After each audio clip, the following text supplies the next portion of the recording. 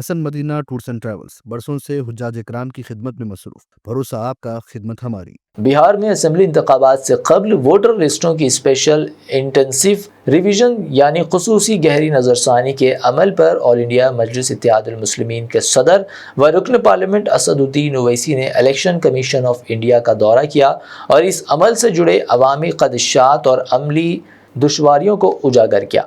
Media से बात करते हुए बैरिस्टर ओवैसी ने कहा कि हमने चीफ इलेक्शन कमिश्नर के सामने यह मुतालबा रखा है कि 2024 के आम इंतखाबात की फहरिस्त को क्वालिफाइंग लिस्ट माना जाए। अगर किसी शहरी का नाम वोटर लिस्ट से निकाल दिया गया तो यह सिर्फ वोट के हक़ की महरूमी नहीं बल्कि उसकी रोज़ी रोटी और शनाख्त पर भी ज़र्ब है। उन्होंने मज़ीद कहा कि वो इस अमल के ख़िलाफ़ नहीं है, लेकिन कम वक्त में इसको नाफिज करना लाखों शहरियों के लिए मुश्किलात खड़ी कर सकता है। हमने इलेक्शन कमीशन के सामने ये सवाल रखा है कि इतने मुख्तसर वक्त में वो इस पेचीदा अमल को किस तरह मुकम्मल करेंगे। इससे बराह रास्त अवाम मुतासिर होगी।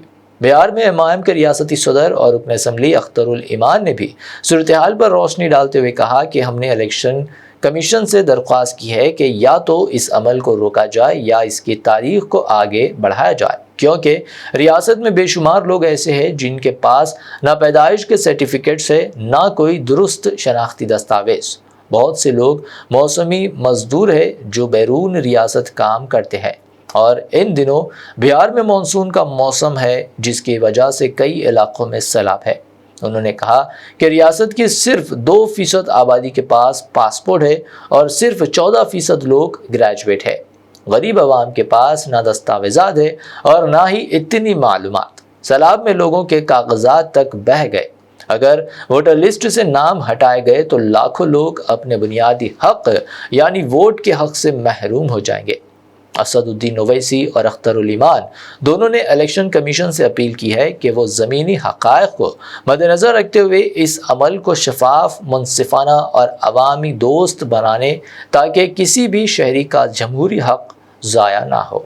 आबाद में हो उनके लिए बड़ी दिक्कत पेश आएगी और अगर नाम उनका नहीं आएगा तो फिर उनको वोट डालने का इख्तियार नहीं मिलेगा। और फिर ये जो एक्सरसाइज को इलेक्शन कमीशन खुद अपने उसमें नोटिफिकेशन में कह रहा है कि ईआरओ और ईआरओ सिटीजनशिप एक्ट 1955 में कॉम्पिटेंट अथॉरिटी को बोल सकता है। अब जिसका नाम नहीं आएगा वो तो अपना वोट भी खो देगा, उसकी लाइवलीहुड का भी उसको एक नुकसान हो जाएगा। तो ये सब बातें हमने उनके सामने रखी। बहुत देर तक हमारी मीटिंग हुई। उन्होंने अपनी बात को कहा, उन्होंने भी बताया हमको। अब ये हमारी आज की मीटिंग की ये वो माने मोटा मोटा ये जो हुआ। पार्टियां हैं बिहार में जो विपक्षी पार्टियां हैं एक के बाद एक पहले मैडम को विपक्षी पार्टियां जो दूसरी है वो सुप्रीम कोर्ट पहुंच गई है इसी मुद्दे को लेकर। कह रहे कि एसआईआर जो है वो कहीं न कहीं इस वजह से भी किया जा रहा है ताकि बीजेपी को फायदा हो सके। वहाँ सुप्रीम कोर्ट ने नोटिस इशू किया 10 तारीख के लिए। अब हमारी पार्टी में भी हम बैठ के बात करेंगे और इस पर क्या फैसला लेंगे, मगर हमारा एक ही है कि आप इतने कम टाइम में एक्सरसाइज कैसे कर पाएंगे। बहुत टाइम कम है।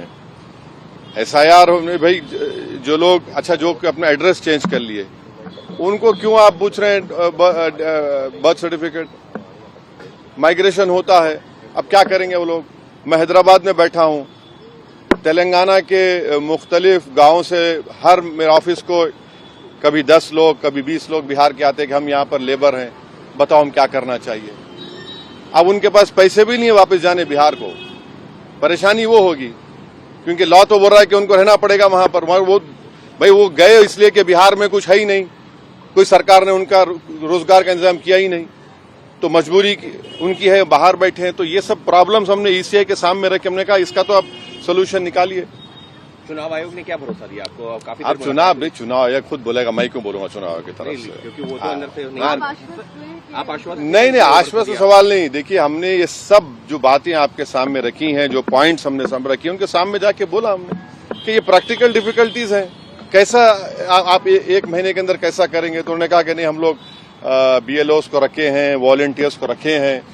तो ये से है कि जल्दबाजी में अगर 15-20% लोगों के नाम भी मिस हो गए और फिर आप देखिए मिस जब हो जाएंगे तो उसका सिटीजनशिप के मामला हो जाएगा। ये तो फिर तो आप वही तो आसाम का डिओटर हो जाएगा फिर।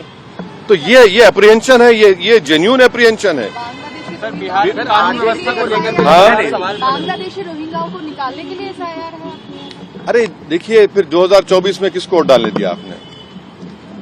24 में आपने वोट दिया, मैंने वोट डाला बिहार में। हमारा देखिए, एक सिनारियो विजुअलाइज करिए आप लोग। अगर कोई लोकसभा के चुनाव में 20,000 वोट से हार गया कोई, और अभी एसआईआर के बाद उसी के पार्लियामेंट सांसद में 20,000 कम हो गए, तो फिर वो क्या करेगा बेचारा? उसको राइट मिलना चाहिए, राइट टू रिकॉल तो हमारे पास नहीं है।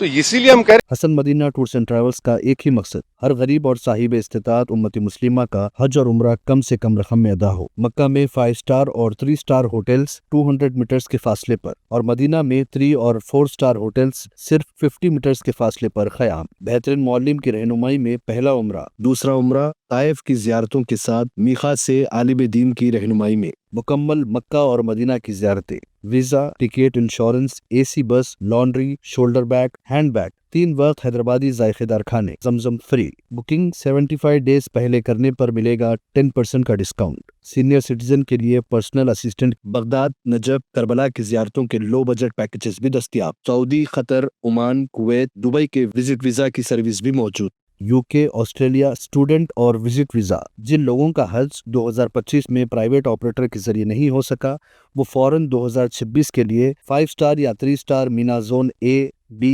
D में बुकिंग करवाएं, वो भी शानदार डिस्काउंट के साथ। याद रहे, ये बुकिंग्स 2025 तक के अख्ताम तक ही दस्तियाब रहेगी। हज 2026 पैकेज सिर्फ और सिर्फ 5,50,000 रुपए में। Hasan Madina tours and Travels, Ballaguda, beside Marvel Palace, Subhan Colony, Hyderabad. Branch office Begumpet, Hyderabad.